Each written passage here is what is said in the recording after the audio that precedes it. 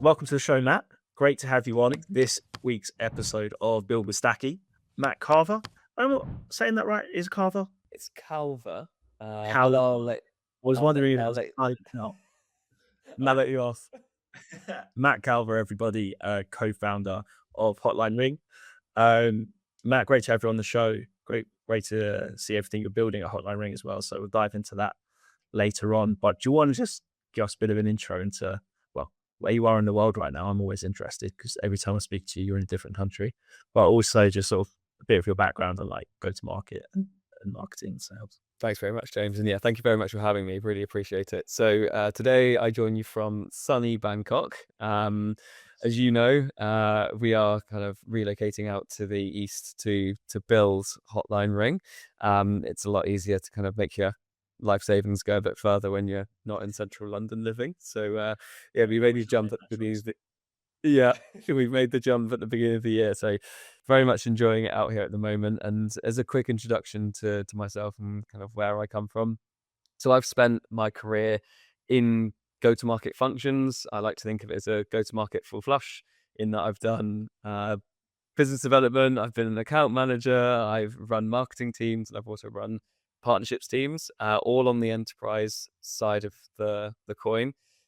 So yeah, 15 years across all of those different functions, and I've had an amazing and lucky career to work at some fantastic organizations and see lots of different ways that businesses go out to get customers. And when it comes to Hotline Ring, how they deal with people with a put their hand up and say, hey, we're interested in your product. So it's been a great journey so far, and it's all kind of taken me to this point to build out Hotline Ring. Yeah, excellent. And so, like, obviously, with Hotline Ring, it's very much around solving the inbound speed to lead problem, which loads of people have. What's your experience of that before you started Hotline Ring? Like, I guess obviously mainly that would have been in your marketing roles, but you were also in BD roles and stuff as well before. So why is that such an issue? Yeah, it's a really good question. And I mean, to start this off, if anyone's ever been in sales or anyone's been in marketing, everyone knows that time kills deals. It's, a Yeah. time old adage, right? And there's a lot of research that looks at where this kind of time delay really starts to have an impact in the funnel. And it really is that point of where someone says, hey, look, I'm interested in this. And the point in which you actually go back to speak to them. So there's lots of research, it's kind of something that everybody knows. And I think historically it's been very difficult to actually hit that 60-second, that 5-minute, that 10-minute window of response when it goes back to leads. And I actually personally experienced this at a company kind of companies ago, I guess it was now, where we built this amazing inbound funnel. We had the likes of Nestle and AstraZeneca and stuff coming inbound. And when you build a really high performing funnel on the marketing side of things, the challenge doesn't become, hey, let's try and get people to come inbound. It comes, let's make sure we consistently go back to everybody and capture as much of this intent as we possibly can. And before AI, when it comes to B2B sales, the first thing that happens when a lead comes in is the salesperson picks it up and they've researched the lead, right? And it's a very manual process. You have to find out about the person, you have to find out about the company, you have to make sure it's ICP, all of that kind of good stuff. And before AI, that was a really manual process. So within that kind of dawn of AI becoming powerful and becoming a tool that salespeople can use, and I wish I had AI when I was back being a seller, it would have been extremely helpful. But we've been able to kind of close that loop of inbound lead comes in, use automation to ensure that the routing and the speed happens, but also use AI to ensure that the enrichment and the understanding of that lead is passed across to the salesperson within the time frame that they need it. So they turn up on that call ready to convert. So it's kind of a solution I wish existed when I was back running a marketing funnel. I'm gonna pause you there. Let's hold your horses before we go too far down the route on how good Hotline Ring is. But then back to that like problem. Yeah. That before AI, that you're right. Marks inbound comes in, and I used to have this in my old company where you know inbounds would come in. Maybe you can connect it to Slack, and it was like the first SDR to jump at it or first AE to jump at it would get it. But if it's lunchtime, if there was a big meeting, that's not getting called for an hour, maybe to the end of the day, whatever it might be. How have you seen, like, before now with the cool stuff that you built, like, how did marketing have to deal with it, and what does that cause between marketing and sales? Because I'm very much on the sales side, as you know. So, like, I know what my old opinions used to be, and the issues you used to have, or debates you used to have with marketing, but that's all just fuel for the fire, right? Yeah, it's really interesting. And I think coming from both sides, coming from both marketing and coming from the sales side, I have a lot of empathy for both sides. And I think Yeah. the worst organizations are the ones where marketing and sales are really disconnected, right? Leads get Yeah. jumped over the fence. They don't get picked up. They don't get actioned. Maybe there's some cherry picking that goes on. There's no real visibility into what's being actioned and then what's being converted. I think the teams that are doing it well at the moment are the ones where maybe there's been a CRO that's overseen kind of both funnels, or there's been some really tight alignment between a VP sales, VP marketing, or whatever it is. So yeah, there is a tension there that happens, but I think the closer those two functions can be, the better performative their funnels usually are. When it goes to what else do marketing teams do, I think there's been historically two routes that marketing teams have done. You alluded to one of them, right? Which is we link it up to Slack, we link it up to Teams. Sellers get an email in their inbox right alongside the 120 other emails that they get that day, or the conversation around where we're going for lunch, or what so and so did on holiday, and all that kind of chatter, right? So you've got these incredibly valuable, high intent leads that are just falling into this noise and Yeah. this big mess, right? And you're basically leaving it up to chance to see who picks it up, if they pick it up in a time period, the consistency of if that's picked up. Then you're relying on sales managers and leaders to go in and manually check, hey, who's picked this up? Has anyone actioned this? Who's on this? And it's a big mess, and it's a big headache and a big heartache for go-to-market teams. And I think the other fix that marketing teams have tried to put into this, and we integrate into the HubSpot ecosystem very strongly, is using calendar links to kind of jump that gap. And I think calendar links are an interesting way of solving this problem. I've definitely used them in the past. It's a bit of a band-aid, actually, because there's not really been another solution to do this. Because instead of capturing that intent, you're essentially kicking that down the road, and you're saying, hey, you're interested in this product right now, let's have a conversation next Tuesday. Yeah. And for me, as The seller's convenience. at the seller's convenience, yeah. Hey, you buyer, you choose a time from us. We'll let Yeah. you kind of work Yeah. to our schedule. And equally, from a selling perspective, you want to qualify and you want to convert that lead as quickly as possible, right? You want that deal velocity. You want to ensure that lead isn't going and speaking to the next competitor and moving down their funnel. You want them moving down yours. So I think it's a good stopgap, but now we have AI and all the automation that brings. I don't think that is necessary. We don't need to delay that moment any further. We can really convert the moment it comes in, and get a salesperson on the phone with the leads straight away. And, like, that it's not just necessarily about that, like, speed to lead. Like, that is probably the most important metric, but the other side of it, when, like, just whilst we're still on maybe kind of that sales marketing alignment, is the speed of feedback that this creates. If marketing are going through lots of effort, and let's take ABM as an example, because I see this fitting into a lot of ABM strategies. And people, I think ABM is sometimes something that marketing have this idea for, and it sounds really smart and really strategic, because strategic must mean it's intelligent, so it must be good. But then a lot of it, and I've been in these teams, and I've seen them, I still see them. It's like the sales and SDR side of it are like, so how does my process change? It's like, well, you call more people in these accounts or put more time into these accounts. Like, so my process is the same. You still want me to send messages, call, and, like, the thing that really, I think, make ABM more effective and actually align those two teams on those accounts is the speed of feedback. So where marketing are doing campaigns specifically towards these accounts, any engagement, the quicker SDR can make that call, follow up, and then give the feedback to marketing saying, hey, they completely thought that we did something else, or that landing page that they just signed up on, they were talking about a completely different problem. It's going to help. It helps marketing get the feedback much more quickly. And I think marketing being under more and more pressure these days about attribution should really value that. Right? And is that something? Am I clutching at something there, or is that a real thing that you see? 100%. I think the best campaigns are ones that are really, really joined together, right? So you've got marketing and sales completely in lockstep along a wonderful ABM journey that gets the attention of, 3 or 4 great stakeholders in your target ICP account. And that is historically and always will be really, really hard to do because of the just general coordination needed to make those things happen. And the reason that coordination is difficult to do is because it's really asynchronous, right? If you have one contact doing this with this seller, you've got marketing touch over here.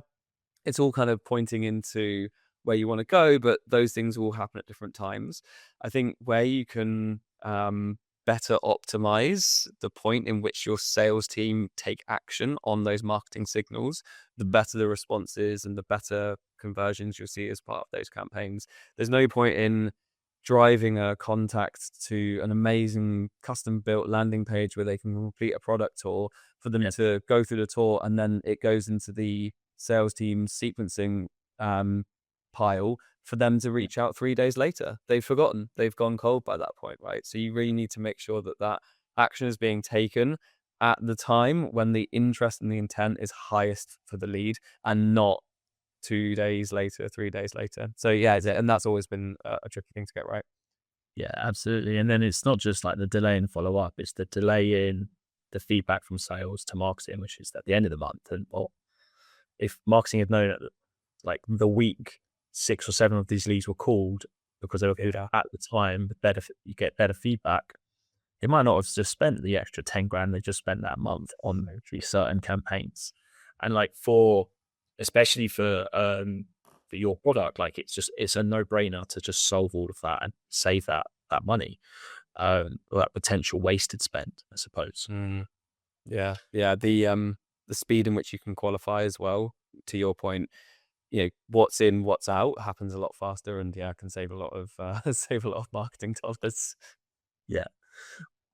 One of the things I'd love to also sort of pick your brain on, as someone who has been on like both sides, and is now solving like a real problem for marketing and speed to lead.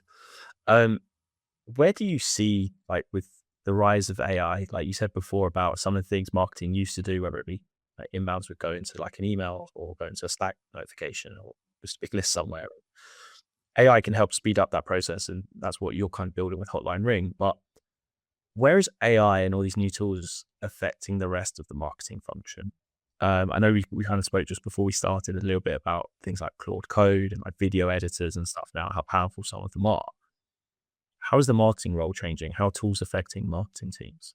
Yeah, it's a really good question. I think the general consensus is that if you are a terrible marketer and you use all of the AI tools available going to you, you're still going to be a terrible marketer, right? You still need that taste, that experience, that understanding of the market and of your buyer to really leverage the power that AI can bring to marketing functions.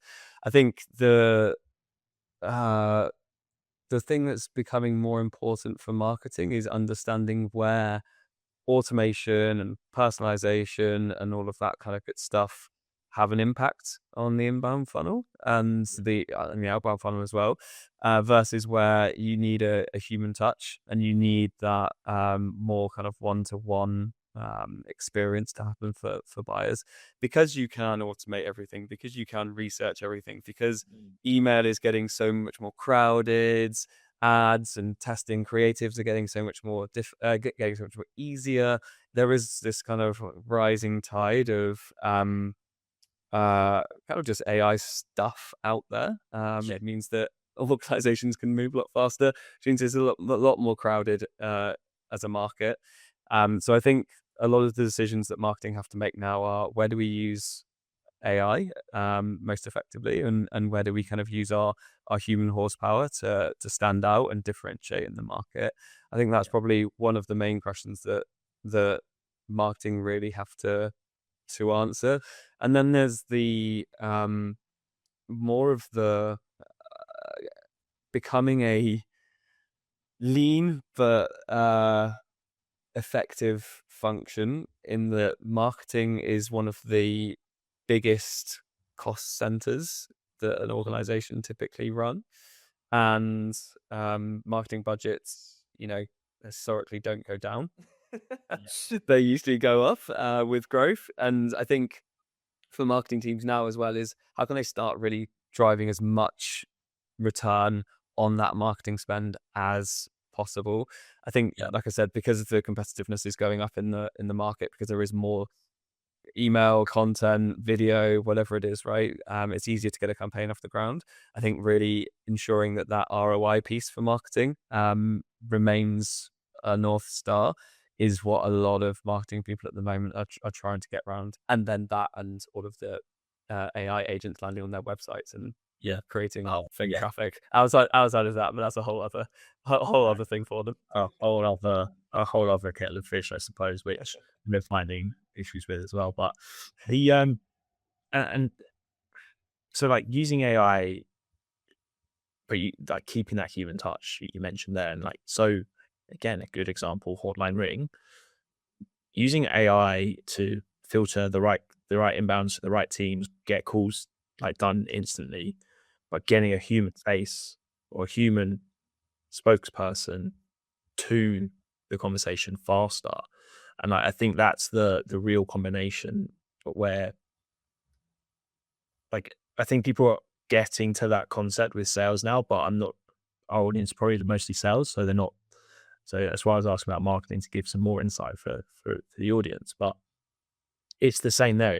It's about finding more, getting capacity back for sellers, getting the right information, the right leads, and right ROI, so that your human sellers can be at the right place at the right time, and close those gaps on time, and give up marketing ROI back. And I feel like marketing and sales are becoming more and more aligned, partly because that there's maybe more gray area, because tools can cover so many things.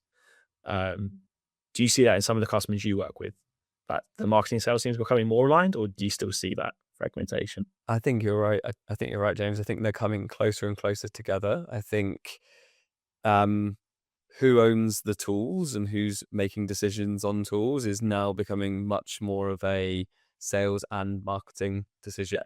It used to be sales would say, "Hey, we want this tool," and marketing's got to pay for it. And then marketing would either be happy with the decision or not, but it would come out of marketing's budget. I think we're now starting to see that sales and marketing teams are picking tools together, and they are, and that kind of go-to-market software group is really starting to become pervasive across both teams as a kind of go-to-market function. Instead of marketing do this, then we stop and then hand it over to sales. I think it's becoming a lot more ingrained, especially when the tools are starting to become more shared as well. So I would agree. I think that they are moving closer and closer together, and I think they should be, to be honest. Yeah, absolutely. I think they're moving close together. It's been what everybody's like known should be the case, but it was hard to do, and people were protective over their own numbers and spreadsheets and dashboards and ROI and attribution. And now it's all, because tools can cover so many things and they support both functions. It's almost like the buying committee, rather than like the buying persona, is more and more the thing that we need to think about as we position sales tech or martech to companies. So really, really interesting. And I'd love to look at now sort of the tools you're using as you build and scale, or we can do sort of some of maybe the tools that like your ideal customers are using. So let's look at build with Stakki. Let's move to this segment of the show and talk us through a little bit of where you are now and what's going on. Let's create my stack. So we, as Hotline Ring, are really deeply integrated into HubSpot. I've been a HubSpot user my whole life and have always built around HubSpot. I have also used Salesforce, but let's not talk about Salesforce today.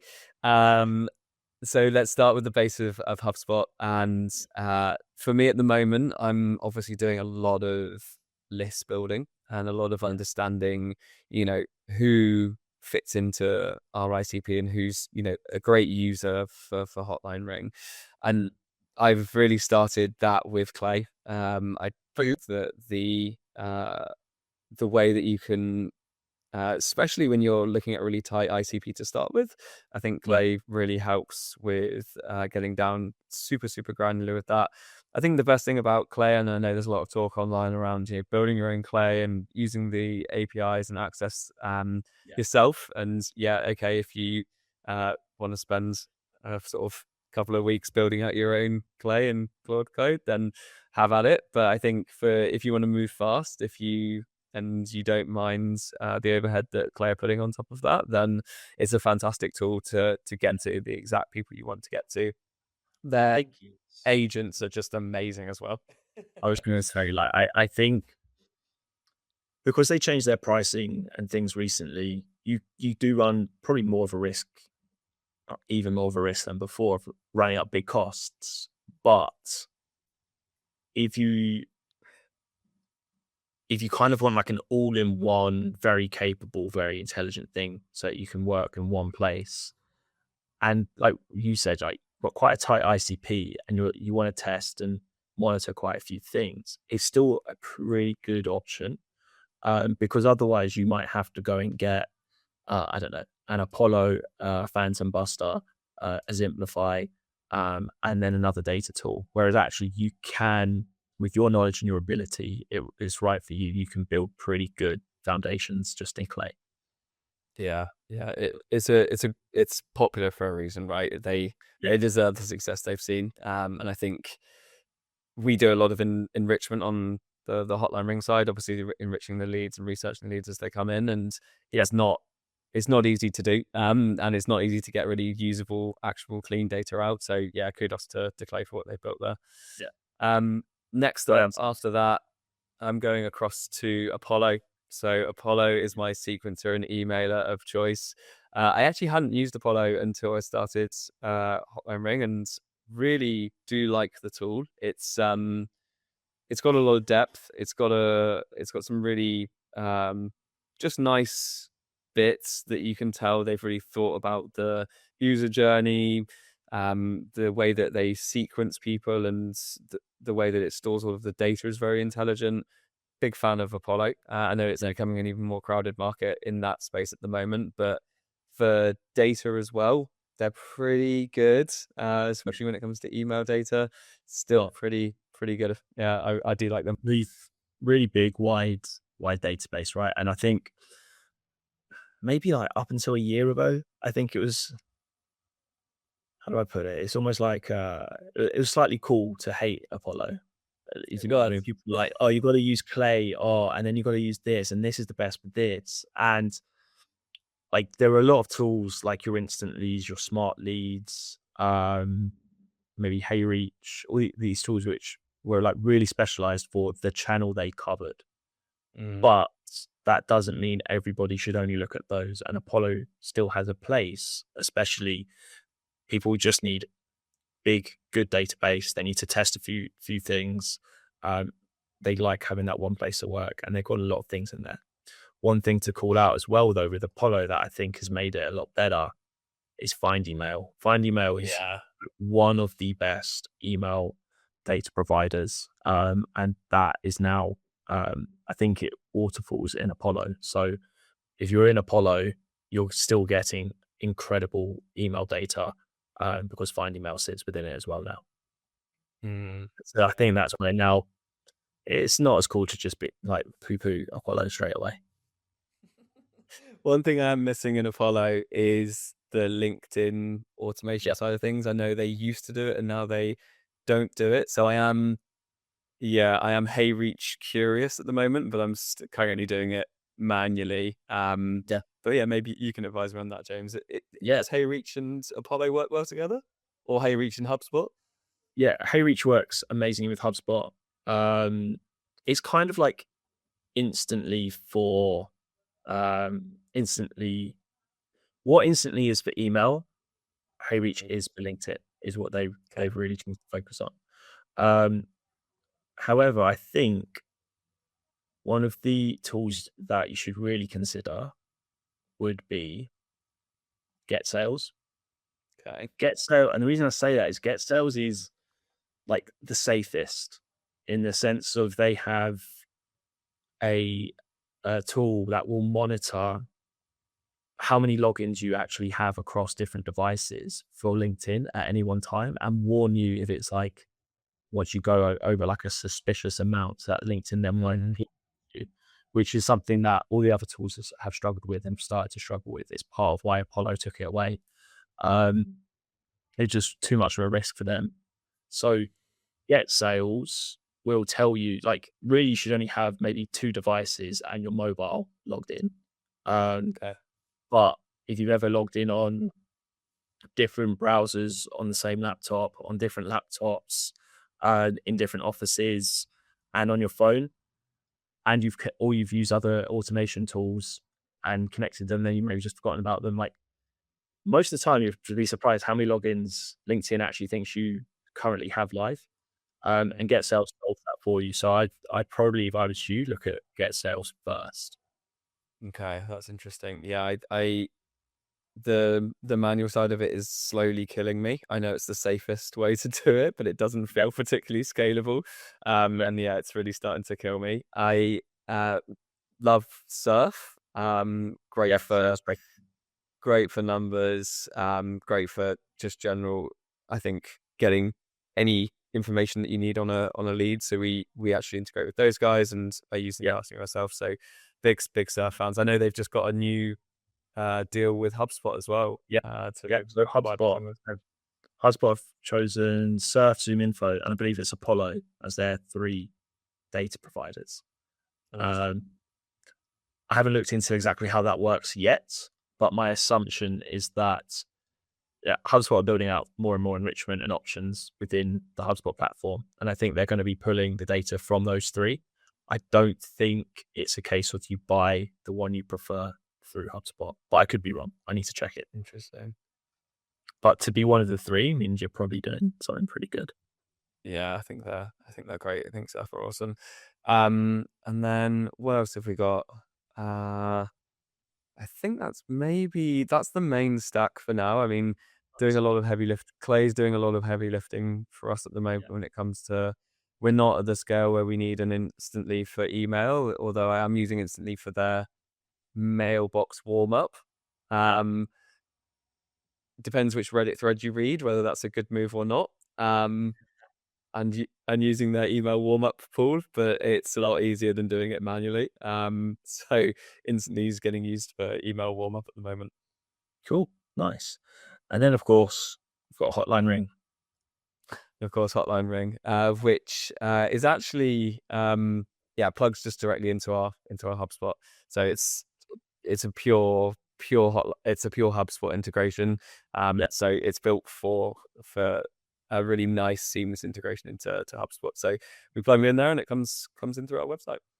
There you go. So this is quite like a nice modern stack, I would say. You've you've got HubSpot, which is with your background in marketing, and you're obviously building a tool that solves the speed to lead for inbound, automates those calls.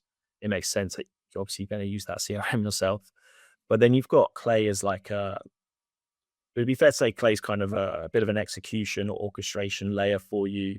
You're using that to probably refine ICPs, find TAM, find the right list, maybe do some like social monitoring and stuff like that. Pushing to Apollo and Surf well, you also automatically enrich with Surf for your own tool, Hotline Ring, but then you're also pushing into Apollo for the outreach, nice and easy. Like you're not doing. Most people might say that's it's not the best for that, but you're not doing this at massive scale yet because you're testing properly. Um, Consider Get Sales for LinkedIn Mm. and instantly for some nice warm up. Um, as you grow and as you maybe do start to see and understand like messaging and ICP and like the right sequences and stuff, is the plan to maybe move away from like an Apollo and move it all into an Instantly with more subdomains and more infrastructure? Or because I imagine that is probably the direction most people would pivot to when the stage and the volume is right. Yeah, you're exactly right. I think I had Instantly and I had Apollo running both side by side for a little bit. And just for us at the moment, we don't need that infrastructure that Instantly has. We're not doing that level of outreach just yet. So, yeah, it's I'm definitely will go over to them once we start like rotating inboxes and really starting hitting a volume of email send. But just while we're testing messaging and who the ICP is, then we just don't need that scale just yet. But it looks like a really nice tool. But yeah, I imagine that's probably where we'll go. Excellent. One to also check out, I would just add, is SalesForge. Um, Mm. SalesForge, amazing tool, very similar to Instantly.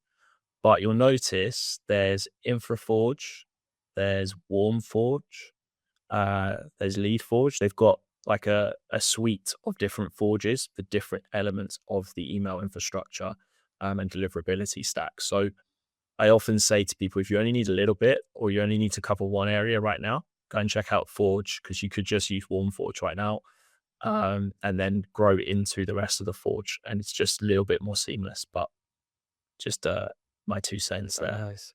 Very nice. Very nice. Excellent stuff then. Look, Matt, absolute pleasure. Really appreciate your time and sharing, giving people some insight into Hotline Ring. Where should people go to find out more about Hotline Ring and keep up with the story? Like, I think just the story you and Lauren are on at the moment building this is also just great to follow and understand. Thanks very much, James. Yeah, you can find Hotline Ring at hotlinering.ai. And you can follow Lauren and myself on LinkedIn and also on Substack as well. So if you add me on LinkedIn, we can connect. And yeah, we're really looking to build a product here that will serve the needs of the market. So we're always looking for feedback. So anybody that wants to kind of get involved and share their ideas around Hotline Ring, we're all ears at this point as we start to grow and scale the business. So thanks again for having me, James. It's been a real pleasure. Excellent. Everybody, please like, subscribe, follow us on YouTube, and we'll see you on the next one. Thanks, everybody.